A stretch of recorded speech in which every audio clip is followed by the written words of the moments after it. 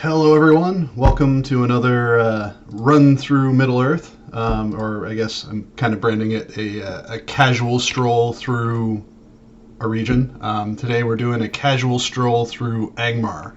Um, like last time, my name's Matt Elliott. I go by Scenario on the message boards, and I am one of the senior world designers for Lord of the Rings Online. I've been working on this project for a very long time, and wanted to just use an opportunity to kind of wander through Middle Earth and talk a little bit about the game, about the world, and give you all a little bit of a behind the scenes. This time around, or last time we did the Wildwood, which was kind of our new edition that's coming out with update 29 soon. To just kind of give you all a little bit of background on that, and I figured for this one, and probably for any other future ones I do, we'll leave it up to you all to decide what areas we run through. This time we focused on Angmar, or Eriador rather, and Angmar was the winner. Angmar came in with a 34.35% of the vote, with Shire coming in a close, well, maybe not so close, but Shire coming in second at almost 23%. So I personally was really surprised that everyone wanted to take a run through Angmar, considering it's not our most colorful and certainly one of our more menacing areas in the game. But certainly happy that that you voted for it, because it is a place that we've given a little bit of an overhaul to in the past couple of years, and it's kind of fun to walk around in there and maybe even show you some spots that have been introduced to Angmar that you may or may not have known about. I know a lot of people wanted Forest Shell. There was a conversation going on in there about it. So we'll get started. Seems kind of fitting to start our run to Angmar by taking a look at the Ramduath, as leaving Estelden, the super secret ranger stronghold that nobody knows about. Shh. No one knows about it at all.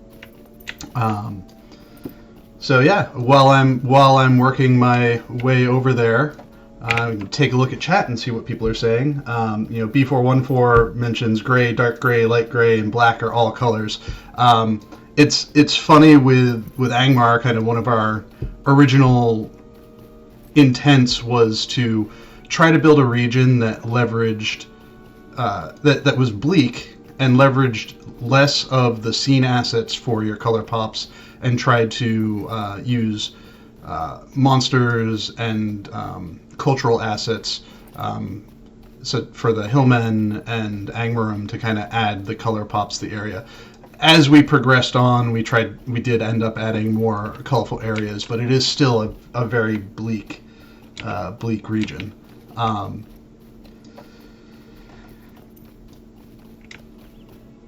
So next question is, was I involved with creating Angmar? Yes, I was. There were several of us that were involved in creating Angmar. Part of our design process is often when it comes to a region, we have a few people that are working on a given space. Usually we've got 2 to 3 world designers working on it, and then we've got our content folks working on it. And we each all kind of take sections of it, and then once we've kind of done the initial first pass, then it's kind of just all in. In terms of the kind of some of the redesign work that was done for Angmar, that was kind of my baby. One of the first things that I had done when I first came back to work on Lotro was the legendary server stuff was starting to spin up, and it was a good opportunity for me to kind of get my sea legs back, and also to try to address some of the inadequacies in the design that I felt existed for the world design in Angmar. Didn't hit everything, wasn't able to get to everything in Angmar, and was also not able to get the amount of polish on every area that I wanted to, but there were certainly some spots that I focused more on than others, including the Ramduath, which we're coming up on now.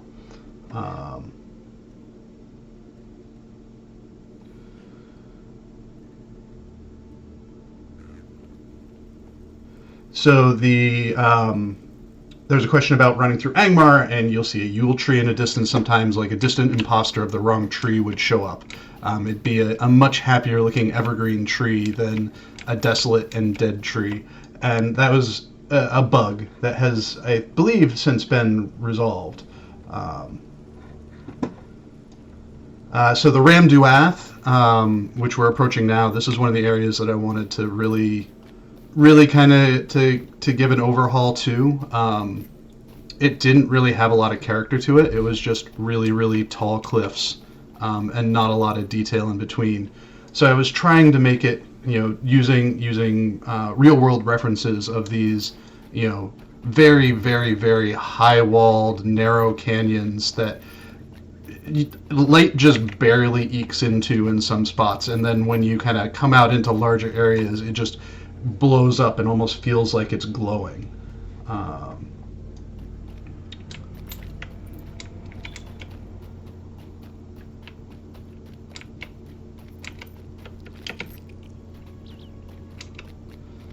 Try to make it feel like there's a density of stuff happening in here while moving through the landscape. So the idea here being is like these trees, for example, they look a little bit more alive, and that's because the sky is a little bit more open in here, and there's a little bit more access to to weather, and it's also a little bit hidden. It's off the beaten path. There are several, well, probably more than several, but the source images that that I used to build this revamp was very heavily focused on finding these kinds of like real world canyons, though I cannot for the life of me right now remember their names.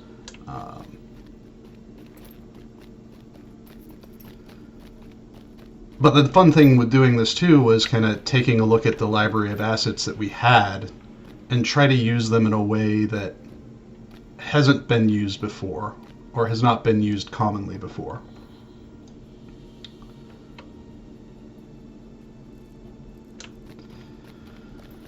All right, next question. Coyote Heart asks, since the War of the Ring is over, would it be possible to make restructured versions of certain areas? I'd love to see the city of Archit rebuilt. I think Archit in particular is a tricky place just because of the sheer amount of stuff that's going on there. There's a lot of moving parts in there, and without just kind of like wholesale copying it, it's hard to basically add another layer of intricacy to it. That said, actually as part of Update 29, there may be some things as you explore and do that content, you may see some parts of other areas improve as you make your way through there.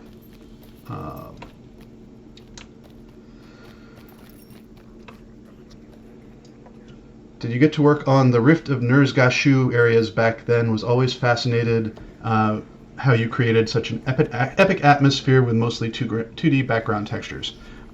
So the Rift was something that we have a kind of one of our more dedicated design roles is we call them world artist, and the person that worked on that, he was a world artist, and he very much focused on trying to push the look and feel of some of the spaces and try to move into new territory artistically that we hadn't been before, and that was utilizing skyboxes. Typically in the open world space, we don't really use skyboxes all that much. Skyboxes come into play mostly when we go into dungeon spaces. And the Rift was really our kind of test bed for seeing how effectively we could pull off dungeon spaces that have skyboxes that make it feel like a bigger, more open space. Since then, we've done some more skyboxes in the area. The biggest drawback to skyboxes is they're not dynamic, so we can't make them easily match the time of day. We could probably do that with a lot of work and a lot of custom skyboxes overlaying with each other, but building a whole box and then having time of day variants of it is potentially heavy task, a time-consuming task.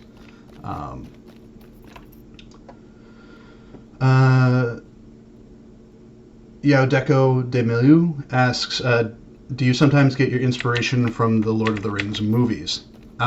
It's certainly something that we look at and we are aware of exists. The way our license is structured is we can't actually use any of the movies' likenesses or movies' iconic images, but there's certainly aspects of looking at what they do that can be inspiring, even if we don't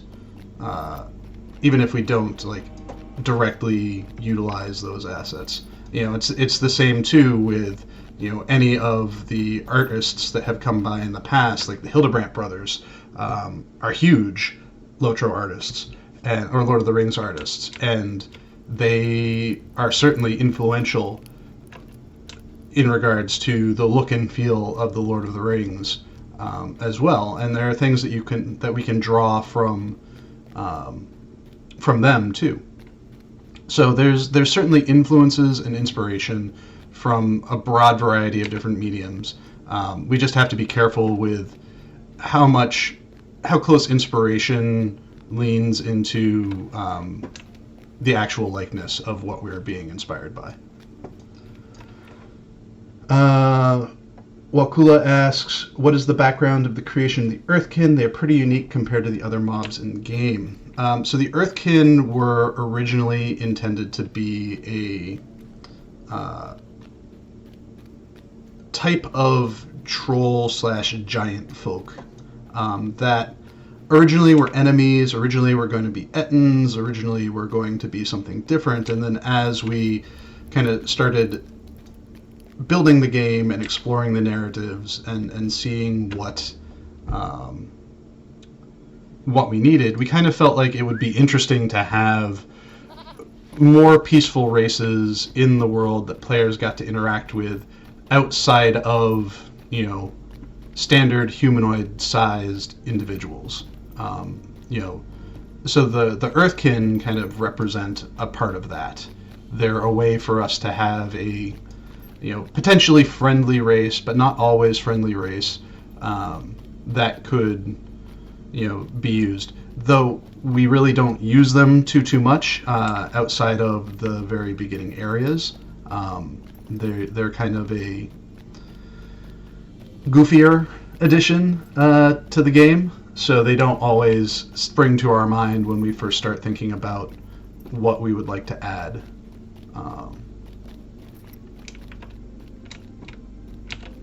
So this was another area that was kind of fun to revamp a little bit and take it from what was a fairly, simple space and try to impart a little culture to it, make it feel a little bit more complex and interesting. The fun with lighting and whatnot in here as well, and trying to just make it feel a little bit more civilized. Apologies for the dread flashes. I don't think I have a way to ignore those on this character.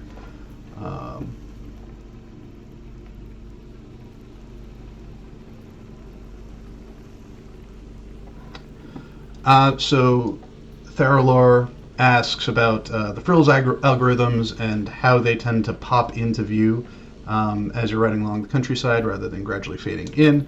It's really similar to most any other asset. It is visible to the player within a certain distance.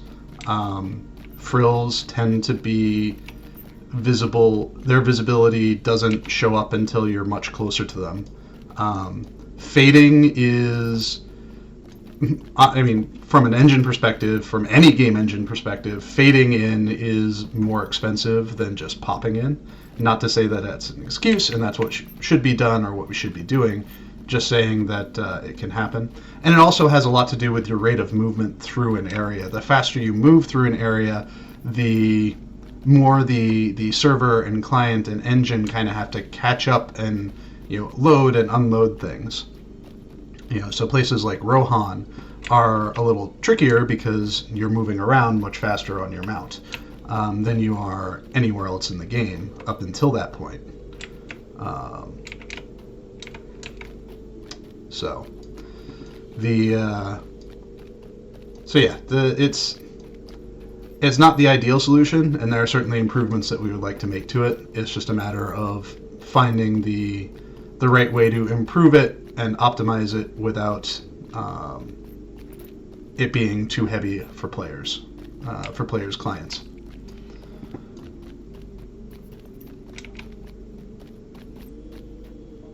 So, what was the most exciting area for you to create?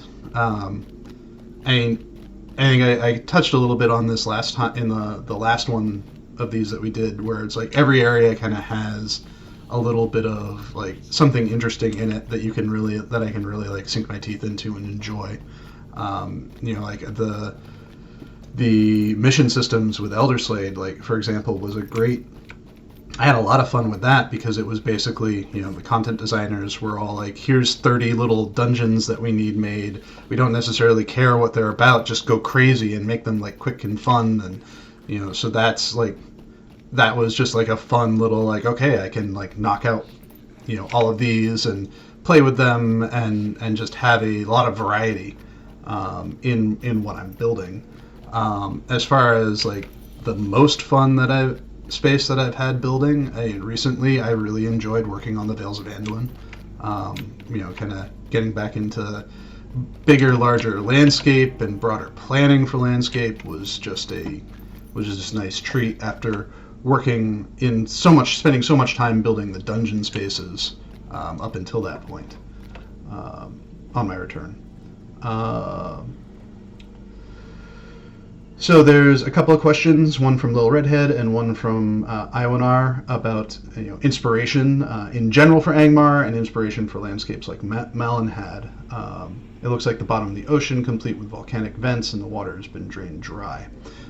So a lot of our inspiration comes from reviewing source materials.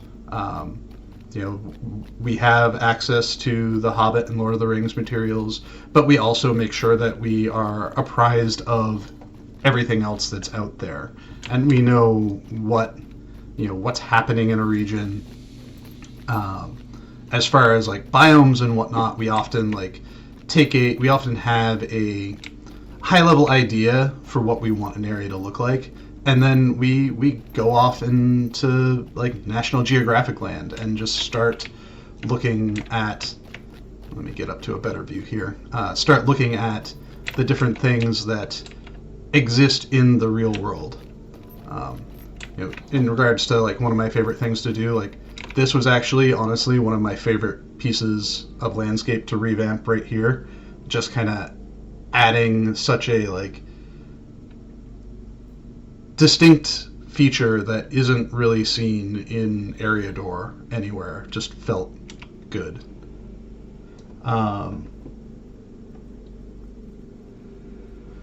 So let's see. Look, Minstrel by Night says, "I love the Carndoom area. All Angmar structures are just great there." The Angmar stuff is great. Certainly would love to have more variety in the kinds of structures that we have, but I think we are able to get enough out of them to have a good feeling space. We're certainly the structures in Angmar are not as complex or varied as the kinds of structures that you would find in something like Gondor, because those asset sets are massive. Angmar is a very much smaller asset set in comparison.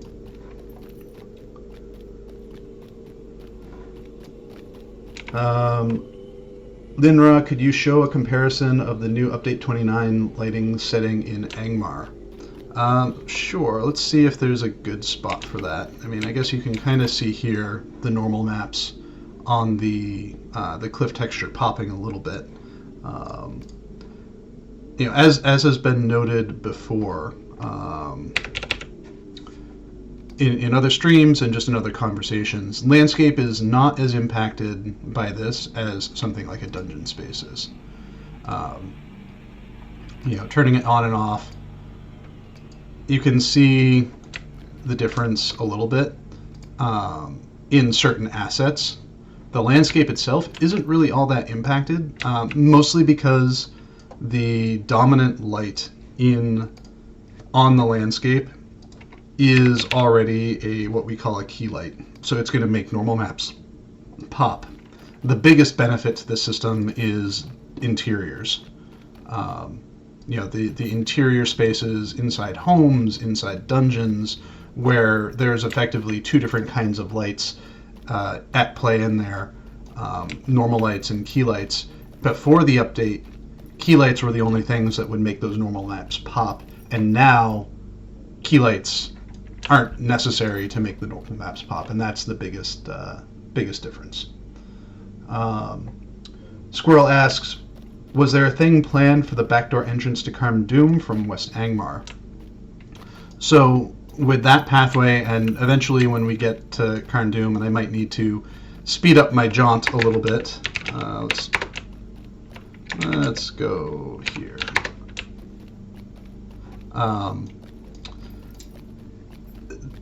We do a lot of landscape foreshadowing.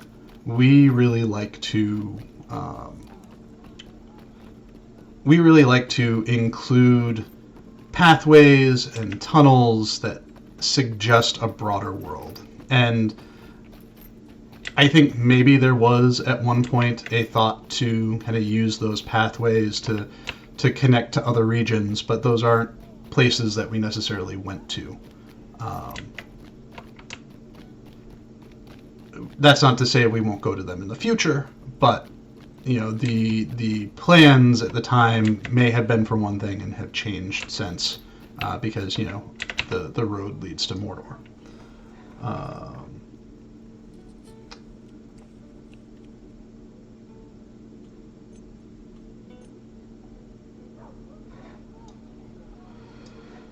Let's see, scrolling down through, questions about my immortality. They are greatly exaggerated.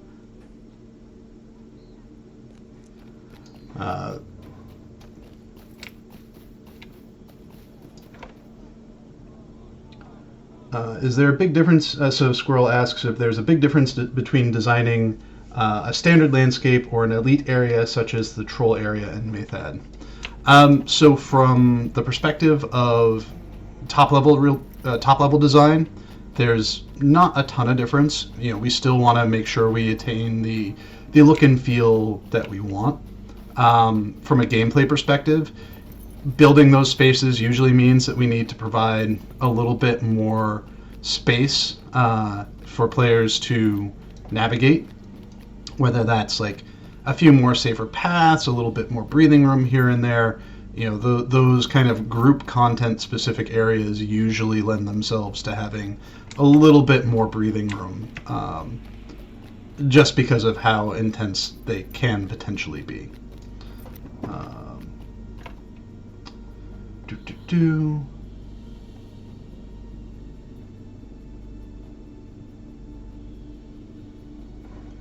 So the Belantis made a comment regarding dialogues between NPCs. Can we expect more of those in game? They're fun and immersive.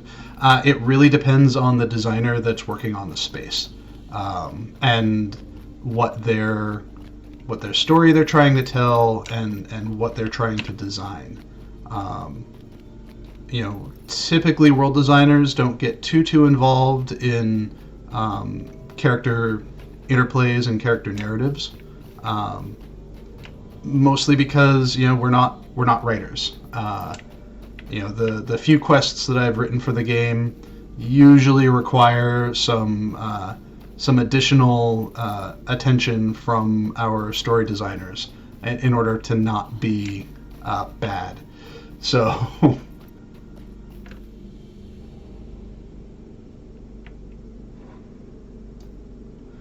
so then Soft Snake GR asks, why did you choose a dark skin for the northern part of Angmar and not some kind of snow asset? So really this was largely driven on trying to make this the pinnacle of evil in Eriador, in our launch game. We had the Misty Mountains, which scratched the snow itch, and Angmar did at one point have some snowy areas planned for it, but as we were designing and building things, if you look out to the northwest, kind of where I'm positioned right now, had we built out into those areas, that might have been more of a snowy terrain, because as it gets further north towards Forward Waith and you start going towards Forest Shell as well, so it's possible that we could have gone that route. But really, the intent and focus of Angmar was the most eviliest evil you had ever eviled, if that makes sense. Kind of like how the Moria is the dwarfiest dwarf you've ever dwarfed, kind of thing.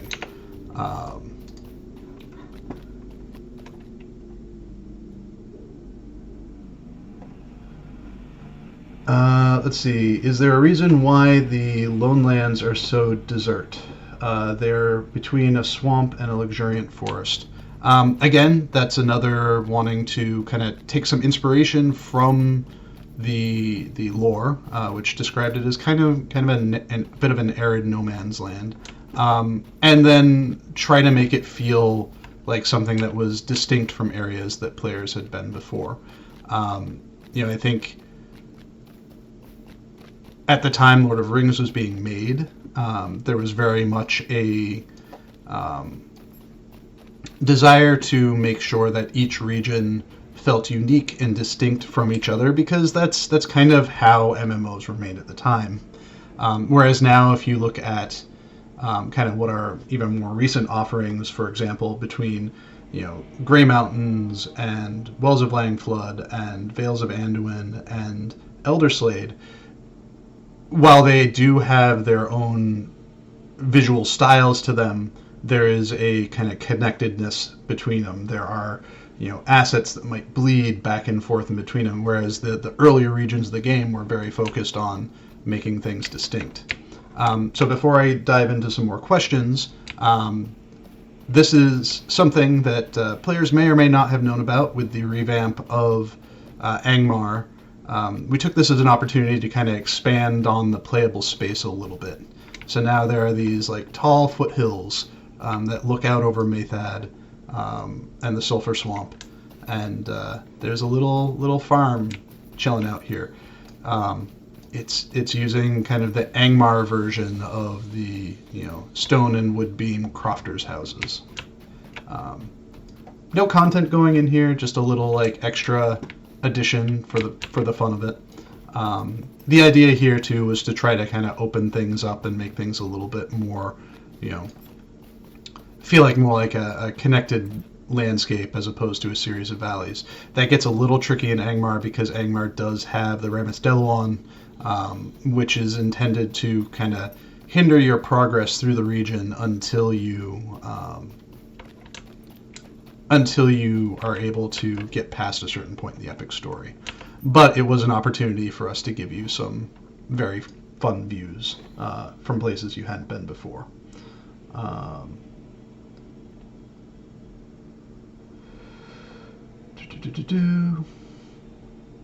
So Ag Okra asks, do you have... So I'm going to chill out here for a couple of minutes and just kind of get through some of these questions here.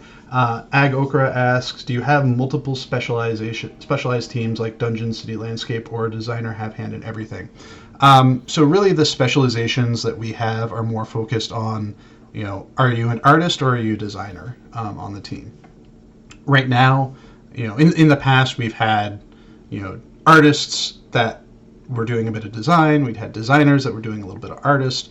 The world design team right now is kind of, we're a little bit of hybrid. Most of our work is design, but we're not afraid to do a little bit of art here and there, and we're not afraid to scare our art teams with that art.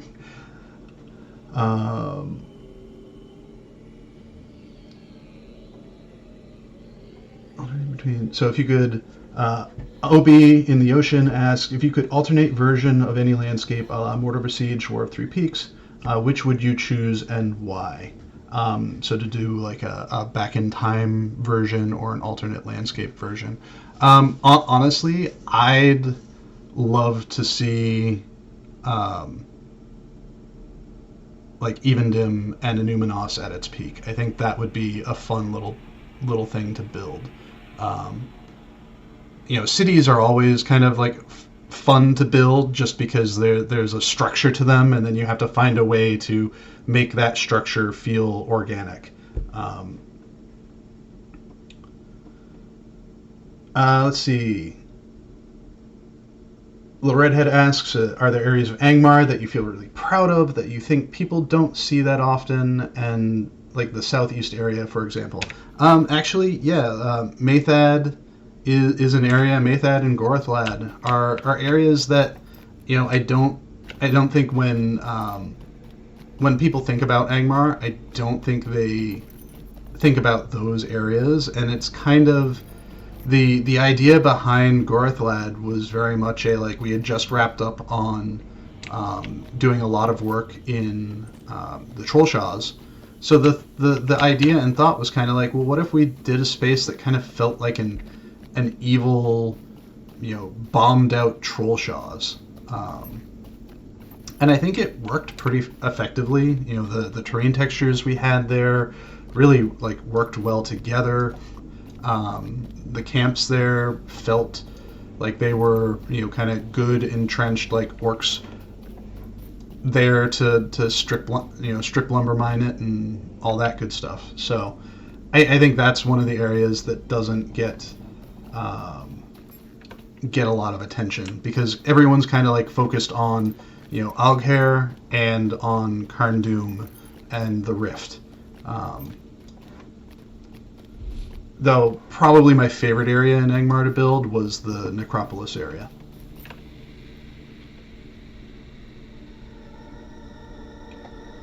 Uh, bu- bu- bu- bu.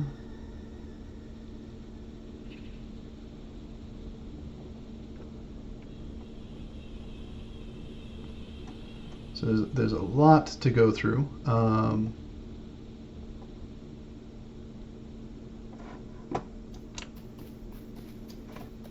So there's a few people commenting on the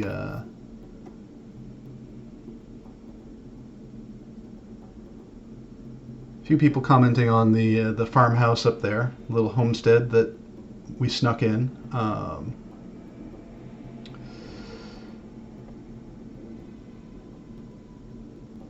Yeah, so Druid's Fire mentions about the architecture and theories behind it. One thing I highly encourage people to do, unless there's specific iconography that makes its way in there, that's likely either an accident on our part, or if there's no iconography on the building, I wouldn't put too much stress on thinking about it. If a building is very specifically culturally intended to be something, like we wouldn't use Rohan buildings in Breland, because those buildings very clearly have the horse iconography all over them. Things like those Gondorian crofters' homes are very like they're good simple buildings that feel like they can fit in a variety of locations. They may need a appearance modifier on them to make them look appropriate to that area, but the structure is sound and they're simple without a lot of or any specific cultural indicators on them. There's a door behind a waterfall in Imlad Balcorth. Were there plans for that for an instance or indoor space? At one point there was. I think we were considering putting a raid in there, and then plans changed, and we decided to focus on Thorog as the raid, and then the Rift as the second raid.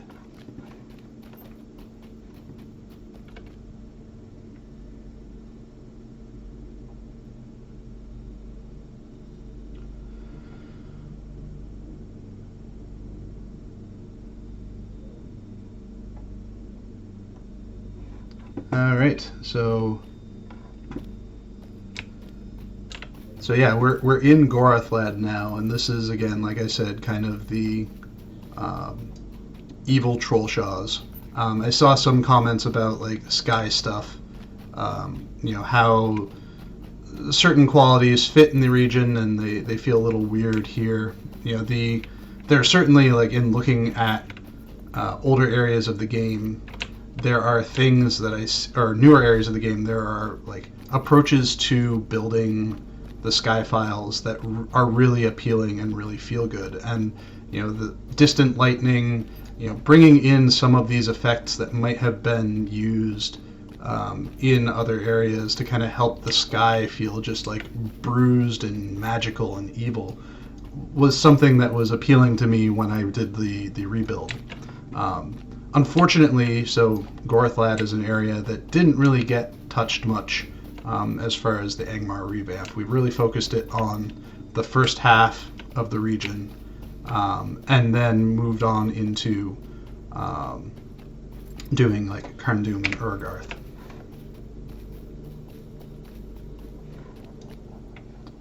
Hey, it's a cliff. I have a bad time with cliffs.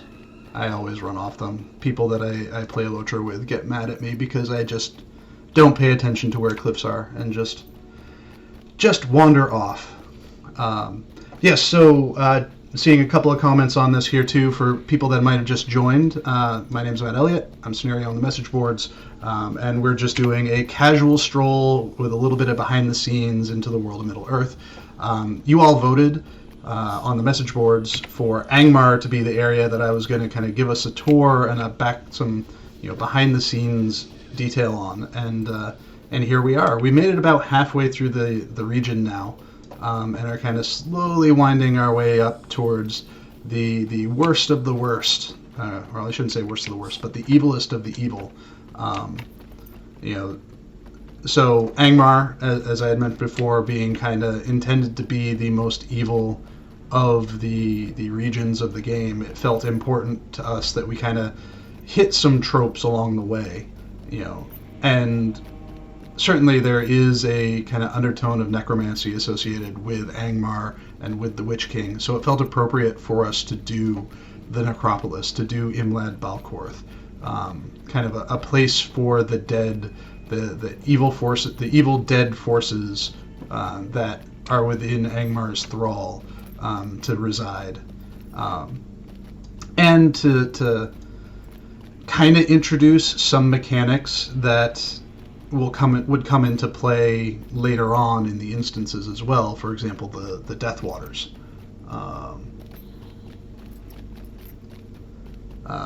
I remember back in the early stages of the game when we were in beta and players were running around in here, and they were doing what I just did, like running through these puddles of water and getting silenced for it and feeling like that was it. That was all that was happening. And so they run down this ramp here, don't really pay much attention to this water, but they see this over here, and they're like, oh, well, all that's going to happen is I'm just gonna hit that water and just run right in and see what happens, and then died.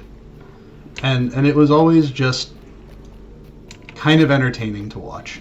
And then you kind of see, then you're able to observe the players, learning and figuring out what's going on here. I remember in the original versions of this space, it was really tricky because these bridges weren't here. These bridges were missing, and you had to find the right places to jump in order to get here. And then the fight that was here was kind of like a landscape raid. It's changed a lot since then, and honestly, I admit that I am unfamiliar with the changes that have happened there, so I can't really speak to what they are now.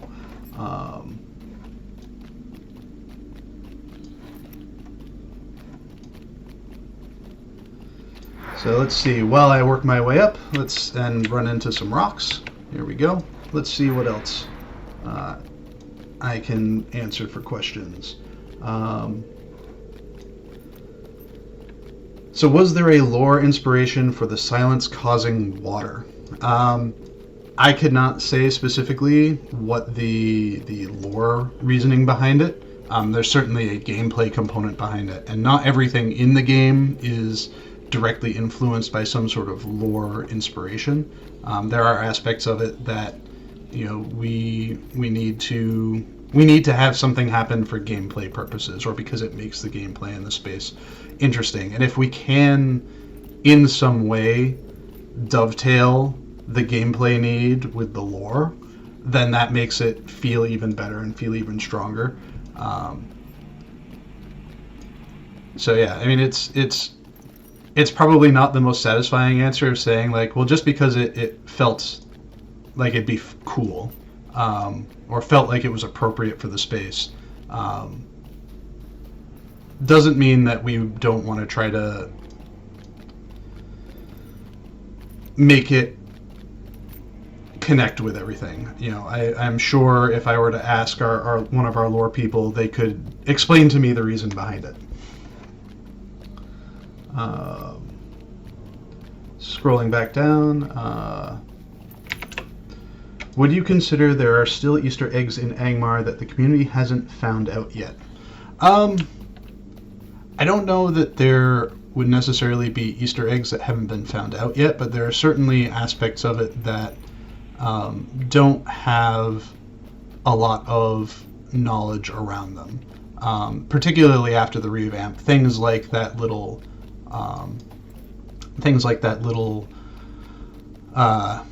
farmstead. There's also the Cave Claw Cave in the Ramduath that connects directly into Fasechlaron.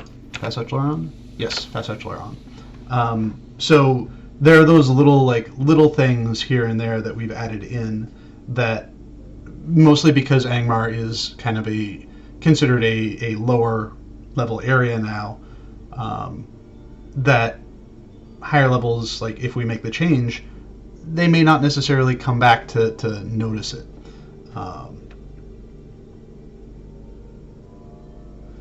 Odessia says that I love how many layers are in Imlad Balcorth, and the stairs and the platforms, and it does feel like a real necropolis that needs a lot of space, so it builds tombs on top of tombs. Yeah, and I think one of the things too we were trying to do with that space was to have verticality exist in it, so that you could feel like you were traversing up and down and left and right and all of that good stuff.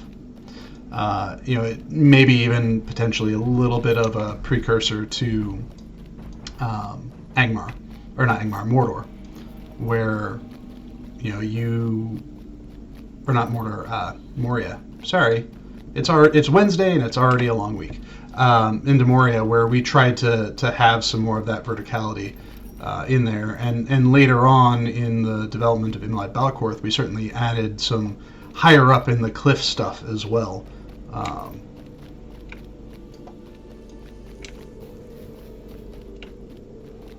So we're making our way up into Angmar. Now there are definitely some spots that I've skipped through.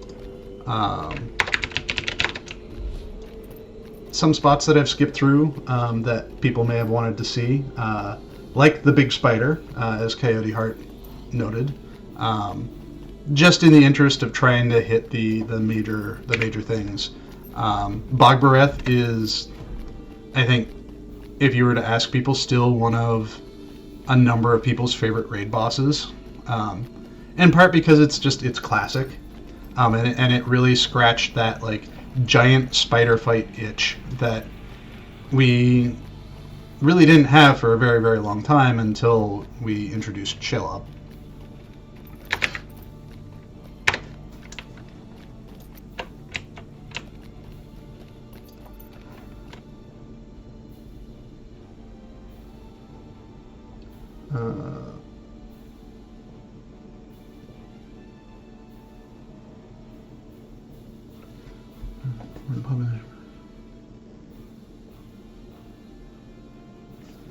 So, sorry, I'm quiet a little bit. I'm reading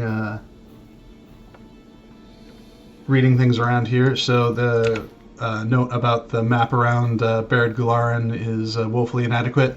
I think that's kind of a unfortunate side effect of that style of map. It's much lower detail, and adding in additional detail risks noise, whereas some of the newer styles of map certainly provide more detail, but they don't necessarily exhibit the level of kind of in-world referenced style map or in-lore referenced style map that the originals did. So it's kind of a pros and cons experience. So this is another little section that was added as part of the revamp, just a kind of a cut through. I certainly remember back in the good old days of being, of original Lotro, trying to work my way up from the quest hub all the way into Carndoom, and how it used to be like a 45-minute affair because of everything that you were fighting. One of the desires with the revamp and with the legendary servers in general was to kind of find and fix pain points. And really, this was one of those pain points.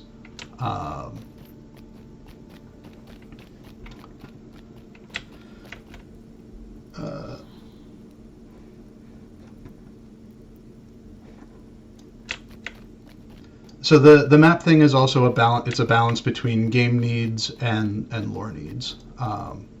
We very very much like the water question. It's a balance of like, okay, so do we make this thing fit specifically the lore, even if the experience that the player has with it might not be that great because of it, or do we try to find a middle ground where we can have the user experience still be pretty strong and still fit to some degree in the lore. The maps, while they are very much a topographical experience, they're leaning more towards the like, will this help the user better experience the game? Odessia asks, if you had unlimited time and resources, what would you change, fix, or create re-Angmar?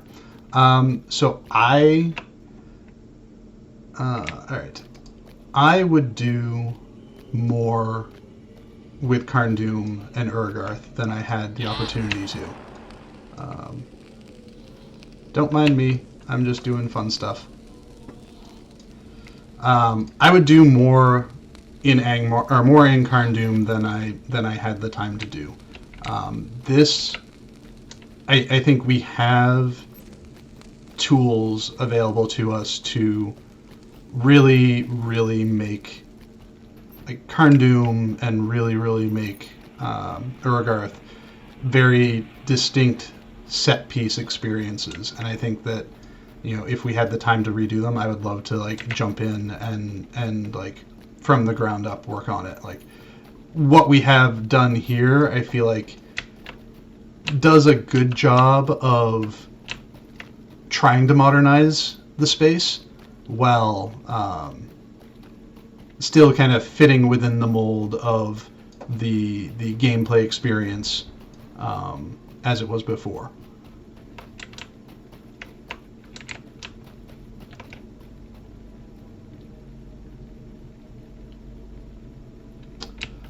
Was there a reason it was redesigned so heavily? Largely it was because we had better assets to use. Overall, the flow of the space hasn't changed. Where the walkways are, where the passageways are, like all of that is the same as it was before. So none of that's changed. It's just a prettier look.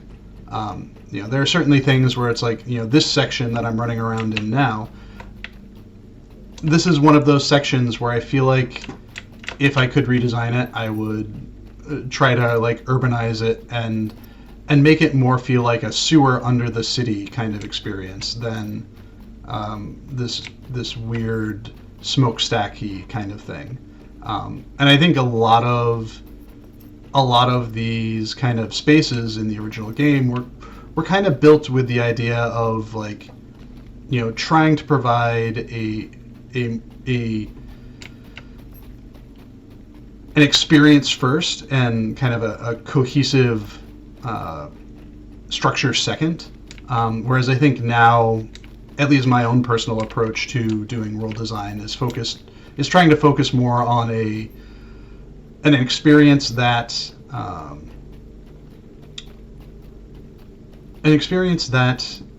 feels more like a real space.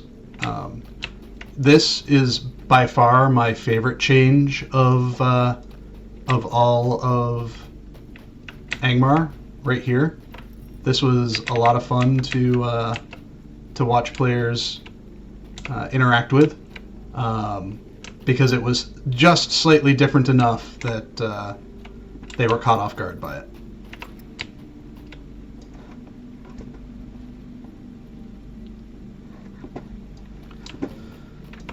Let's see if I can. Oh.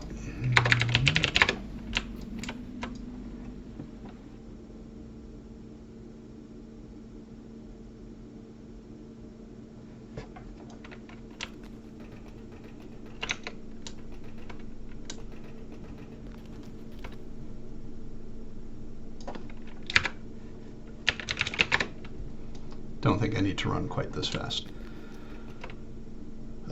So yeah, that covers a lot of the Angmar experience. Let's see if I can run myself down to the Rift real quick.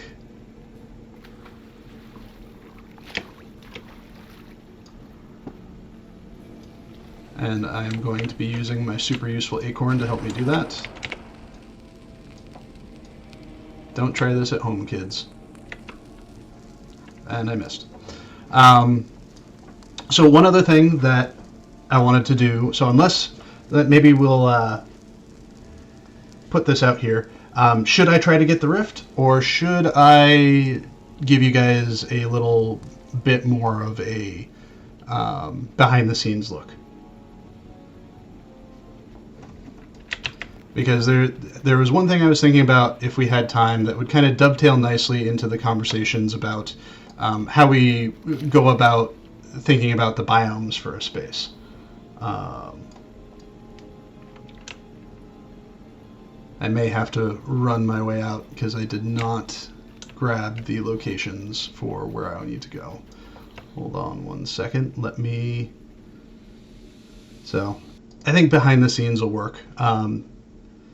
Since that seems to be a lot of what people are interested in.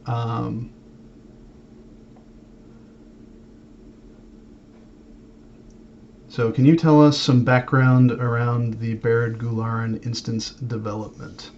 I don't remember building that space. I remember building some portions of it.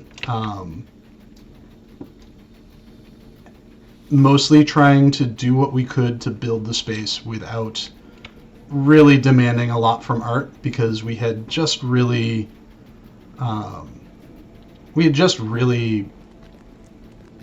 asked a lot of them to get the game, built. So we wanted to try to make it something as fresh and different feeling as we could, using the things that we had at hand. So to disappoint the people that think I'm going to take them to the E3 Hobbit Village, perhaps what I'll do is next time I do this, since we didn't get to the Rift, we'll throw up, maybe have it be an instance day where we bop around a bunch of different instances and start with the Rift. Maybe that's an idea for a place to start the next one. But to kind of wrap this up, one of the things that, kind of in the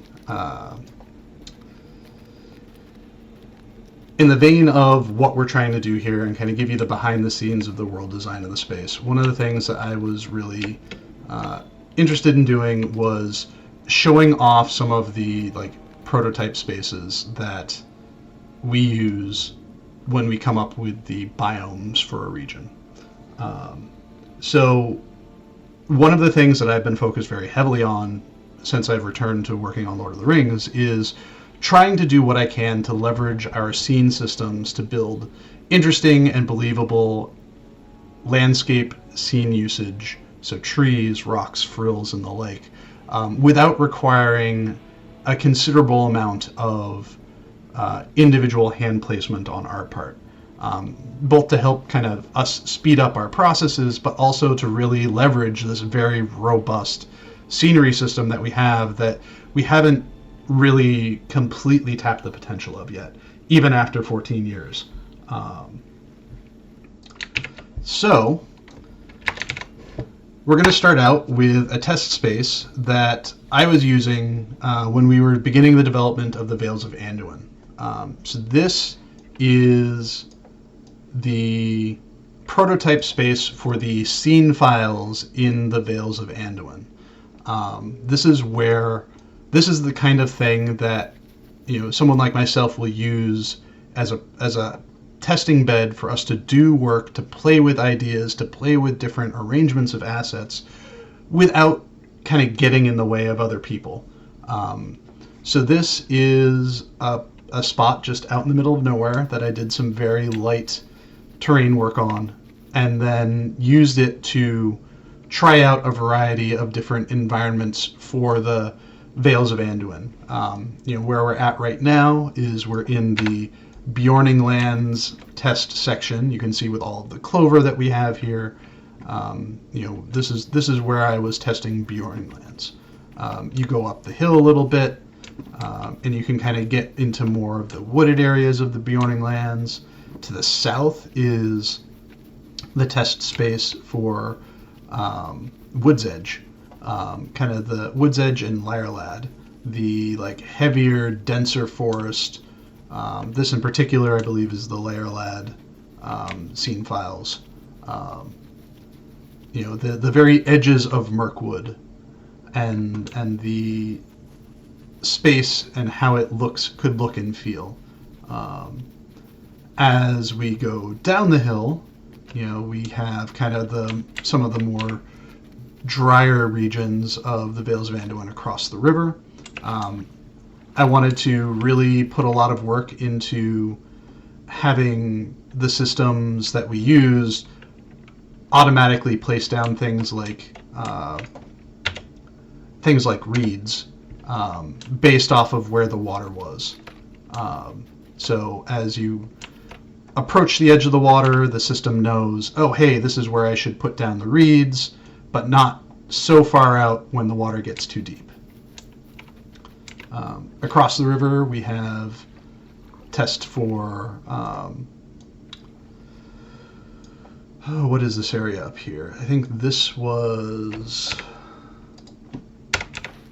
let's see, So I think this was meant to be the kind of southern Wolfdeans and, the southern Wolfdeans. A little bit drier, a little bit more arid, and then eventually you kind of cross into the scene files that we used for the northern Wolfdeans as you're heading up towards Goblin Town. We also use this space to test out terrain textures. So you can see development space is big and scary.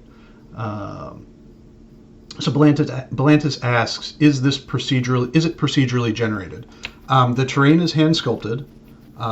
The scene files that we used in the space are hand-created scene files, but the engine then takes all the parameters that we feed it and uses it to do this layout. And then we can adjust the parameters to make it closer to what we want. And then the water, this is one of the best features that we've ever had added to the game is the dynamic water system. To get the water flow, we literally paint a path on the water, and it produces a flow based off of the direction that we paint. So Soft Snake GR was talking about the seawater around Gondor feels too clear for the sea. and there are no wave details, etc. Yeah, the tricky part about oceans is oceans by their nature have a lot of deformation. The waves are going to basically be causing changes in the height of things, and our engine doesn't do that well. Not to say that we couldn't make some tweaks to the water type itself to make it a little bit like darker and thicker looking, or to fog it out faster so it's not as easy to see to the bottom sooner. But and then the other area to show off, to take you to, is this is the test space that we used for the creation of the scene files in the Wells of Lang Flood, in Mist Hallow, and in Elderslade. So there may be changes that you'll notice between these spaces.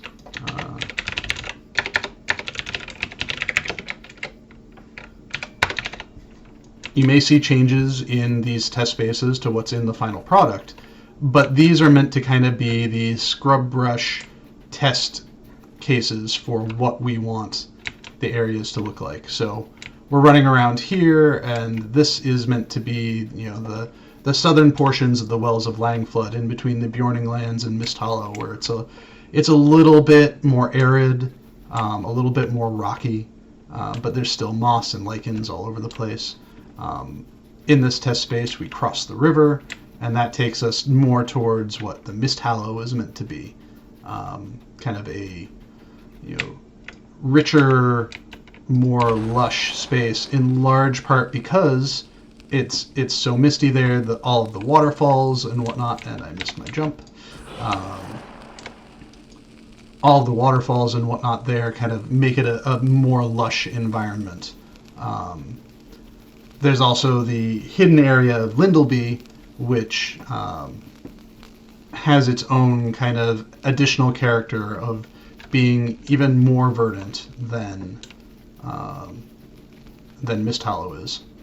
And then to the far, far north, we have the original basis for what was the Elderslade, kind of a drier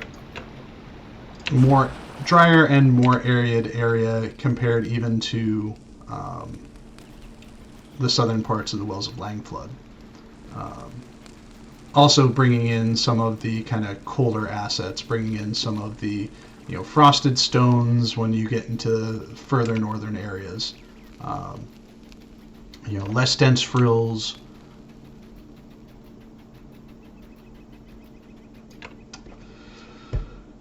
So yeah, that is what I wanted to kind of walk through today. We didn't get to the Rift, in part because I didn't have all the locations prepared, and I'll need to do a little bit better job of that in the future. So yeah, thank you everyone for joining me on this. Definitely something that I'd like to do in the future, and maybe try to do about once a month. I think the format of letting you all decide what region we go through is a good one. And I guess one of the things we could do is we could just take that voting list and go down through that, or when it comes time to pick another area again, put a vote up and let you all decide. Still figuring that out, but it's been a lot of fun, and thank you everyone for coming here, asking your questions, and for coming along for the ride. As I get more experience with this, hopefully things won't be as bumpy, and things will be a little bit more well prepared for in the future, and it can be a better and more interesting experience, and hopefully a more all-encompassing experience in the areas that we're running through as we go through it. So thank you everyone, and I hope you all have a wonderful day and a wonderful week, and we'll see you in Middle Earth.